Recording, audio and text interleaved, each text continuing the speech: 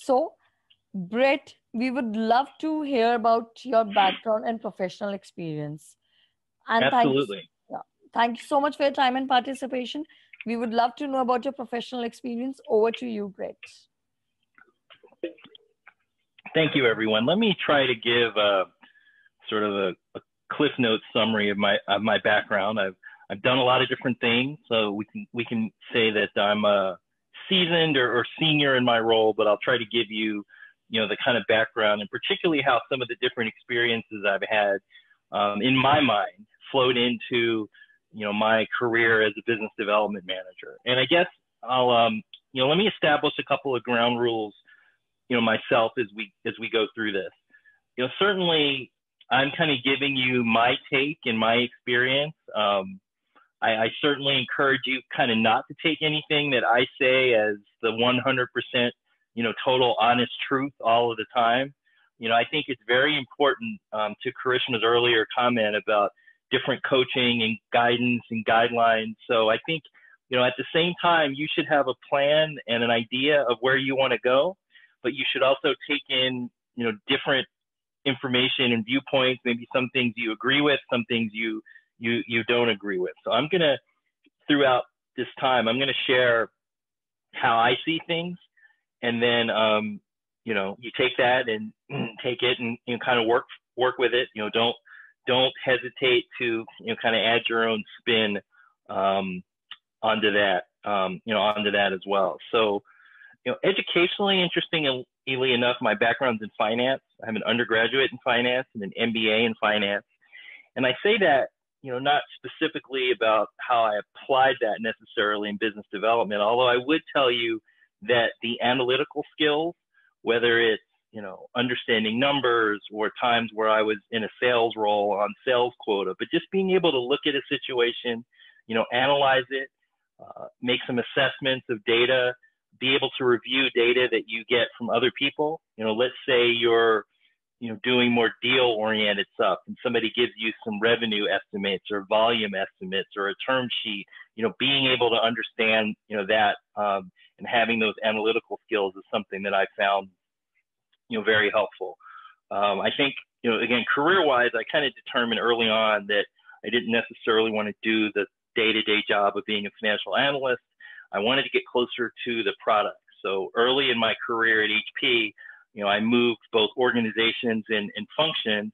And at the time, I'm trying to think what was called. It was really called a sales development role. And I'll loosely, as I talk about how I define, business development, that early position that I had was really about acting as the go-between between the, what I called back then the factory. Think of it as the division or the product organization in the field. So I sat in marketing and sat with all the product folks and all the other functions that you would think about, R&D and finance and marketing and competition and all of those folks. But my attention was always outside of the building, whether it was with field and end users or, channel managers and channel folks. And I'll kind of come back to that as we go along and really talk about how I viewed, business development. So after a number of roles, touching customers and channel partners at HP, product-wise, most focused around the industry standard or x86 server products that were initially first HP and then ultimately became Compaq after Compaq acquired HP, or HP acquired Compaq, I guess, quite a few years ago. I also had some experience, starting up an e-commerce business also for the, for the server products, and spent the last third of my time at HP, again, doing I'll call it loosely sales and business development role focused on direct procurement. So those large customers of HP that wanted to buy direct, and then not only buy direct, but buy globally. So at one level, I was engaging and evangelizing with the customers. At another level, I was working with internal stakeholders within inside HP in order to, allow a large corporate global customer to buy direct, and whether that was in local language or local currency or, even in some cases, say Latin America or Eastern Europe, we had to have a reseller in place, to do that. So again, after a number of years at HP, as you well know, the economy kind of fell off a cliff about a decade ago, and I was part of a pretty large, workforce reduction there.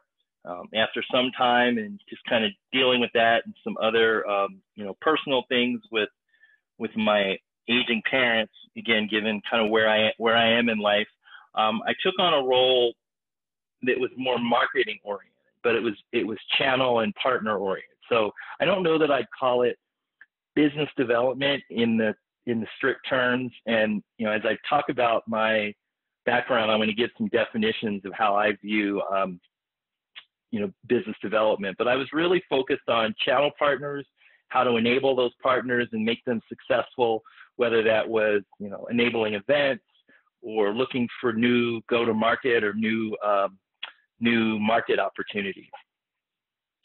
So after that role and a short stint at a marketing automation company, also in partner marketing, I realized that I wanted to get closer to both products and customers and the field.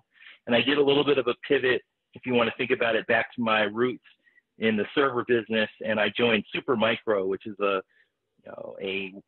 historically a white box server manufacturer, an OEM provider. And interestingly enough, for this discussion, my title there was Senior Business Development Manager.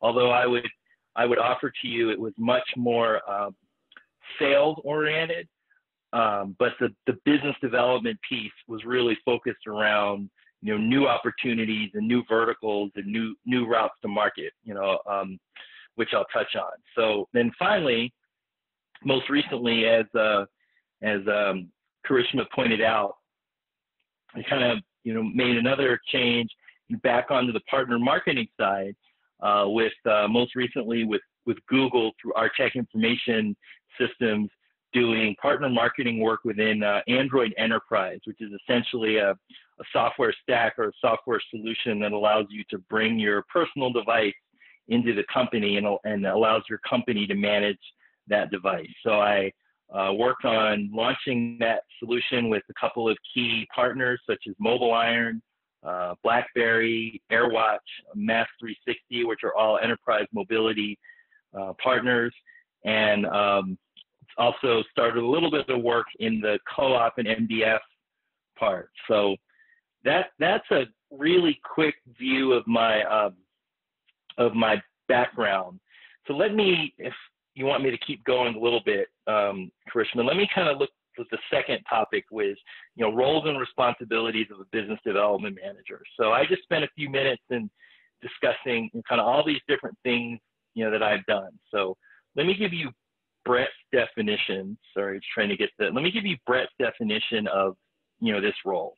Sure. And I think in my mind, I kind of see it in two buckets. Right? There's the business development titles that in essence are more sales related, about getting new deals, new customers, new wins that you may or may not close on your own. That's kind of one bucket. And the other bucket that I see is a little bit more partnership, related. So you might see, for example, a business development role in a gaming company or with a phone company, where you're out looking for corporate partnerships and other types of things like that, where, again, with the risk of too many cliches, where 1 + 1 = 3. So I would tell you that my experience probably leans a little bit more towards the former, particularly my role at Supermicro. While it was titled Senior Business Development Manager, ultimately what I was trying to do was open up opportunities and sell server storage and networking, infrastructure. So yes, at one level, I would consider that sales. But at another level, I was constantly looking at sort of things that I would call net new or white space.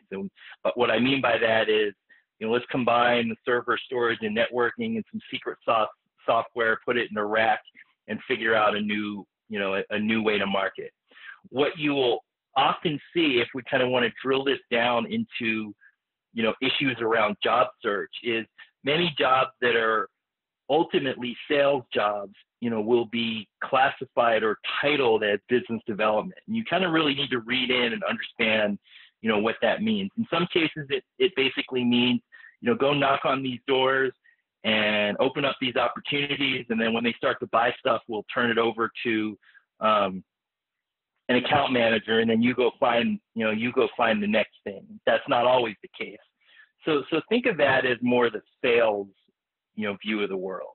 There's another flavor of business development, I guess, again, that I see that I would call more deal oriented, where you would see, again, in more of a corporate role, or you would see in some cases considered more partnership opportunities, right? The folks in Apple that are making these streaming services in that business, I'm sure some of them are called business development managers, where they're working with, the content providers and trying to structure a deal and an opportunity. So in my mind, that's very different than the first example that I gave as selling something per se. I mean, yes, you have metrics, but the thought process, let's say, maybe is a little bit more high level and a little bit more, multi-dimensional as you're trying to come up with a way for, for these two companies to, to kind of come together. Today, as a business development manager, we would love to know this. That's an interesting one. I mean, I'm not sure that as I think about, 2019 in the world of work, there is such a thing as a typical day, because I'm really somebody that believes in, the kind of work anywhere, anytime. If maybe you're out visiting customers, maybe you start your day in your hotel room online, or, at the local Starbucks or coffee shop. So I think for me, as I think about, whether I'm, let's say most recently when I was going into the office, I use the commute to kind of, get myself oriented for the day. As electronic as I am, I still tend to print out, calendars. So I might take a couple minutes and kind of look at my calendar for the day, understand what meetings I have, any other kinds of action items. I'm definitely somebody that is kind of generally always attached to my phone. So I want to know, in my most recent responsibility, I only had North America focus, but I still obviously had the time zone, as I had partners that were on the East Coast. So I would want to know, maybe when I first got up at 6 a.m, what emails do I have, waiting for me? Is there a deadline that I need to adhere to where I need to get back to somebody by 9 o'clock Pacific time, because that's noon, on the East Coast? In the most recent, role that I had, and this may not kind of be the case across business development, I had a lot of things that were kind of time sensitive, getting ready for the launch, meaning, okay, my stakeholders need this information so that they could go back and create, a document, a landing page, some social media content. And if I was late on my end, then I would, make the whole downstream process, late. So I don't necessarily think of a typical day. I think of how am I set up to make sure that, I'm kind of ready for anything, if you think about it that way, right? Do I have all the right tools? Do I know all the tips and tricks to, log into video, or do I have the right apps? For example, do I have Zoom installed on my device in case I need to get on a call with an external partner? One thing just to point out in that way, obviously at Google, the desire is for everyone to use, Google, the G Suite application. So, Hangouts would be the default where possible. But in some cases, you're dealing with a partner and they may have, WebEx or GoToMeeting or Zoom or some other solution, and you have to be flexible and kind of adapt to their environment. Wow, Brett, that sounds really challenging, I would say. Here comes my next question. Uh, we would love to know your, few tips about how to break into business development manager role. Okay. I don't know that my tips are any different for business development managers per se in terms of, breaking into anything else. So let me, and I kind of touched on this, let me define kind of how I look at these roles. So the word that I've developed over time is something I call outbound. I don't necessarily, define it as, oh, this is a sales thing or a quota thing. I think of it as a mindset where even in the example I gave most recently as a quote unquote channel or partner marketing person, I was always thinking about, the needs of my partners. Now, obviously it's a little different if I use the super micro example where, I was on quota in terms of how much, infrastructure that I sold, but I still had the same thought process, even dating back to some of my times at HP, which again, I would call outbound. So if I was telling somebody, again, how do you break into that, then I would sort of look at, those types of skills. And what I mean by that is, are you a quick learner? Are you a quick learner? Can you think on your feet? Do you know how to go get information that, to come up a learning curve, for example? Do you know how partners think? I mean, customer service is not really the right word, but you have to think about it and say, hey, I'm working with these folks and, they need something, right? I might think it's basic. Hey, it's a piece of collateral. Go find it on the website. Well, I can teach them how to find it on the website so that they do it the next time. But maybe this first time, to get the relationship going, I have to go find that piece of content and email it to them. So the way I look at it is taking that mindset of, what are the needs of my stakeholders? And in this case, I'm mostly focusing on your external people, but obviously you have internal stakeholders as well. And can I demonstrate that and can I take, very good care of them? So I think from a breaking in perspective, you really have to look at the particular role and how that may play out. If you're looking at something that says more sales oriented, then you're probably going to have to demonstrate, that more tactical, sales experience. I've had these customers and, this is what I've done. If it's more deal oriented, in some cases I've seen where they want either an educational experience and maybe having an MBA. In some cases, if it's really deal oriented or what might be called corporate development instead of business development, they might look for somebody that has, Wall Street M&A experience. That's a little bit of a different, a different aside. Again, as I think about it, here's maybe a simpler way to think through it.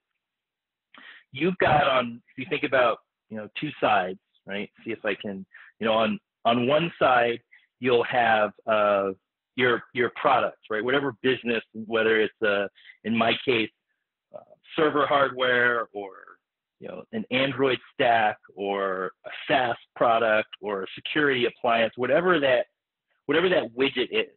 And then on the other side, you have customers if you're in direct sales, partners if you're in channel sales, technology partners. You have these, again, I'm going to use that same word, these outbound entities.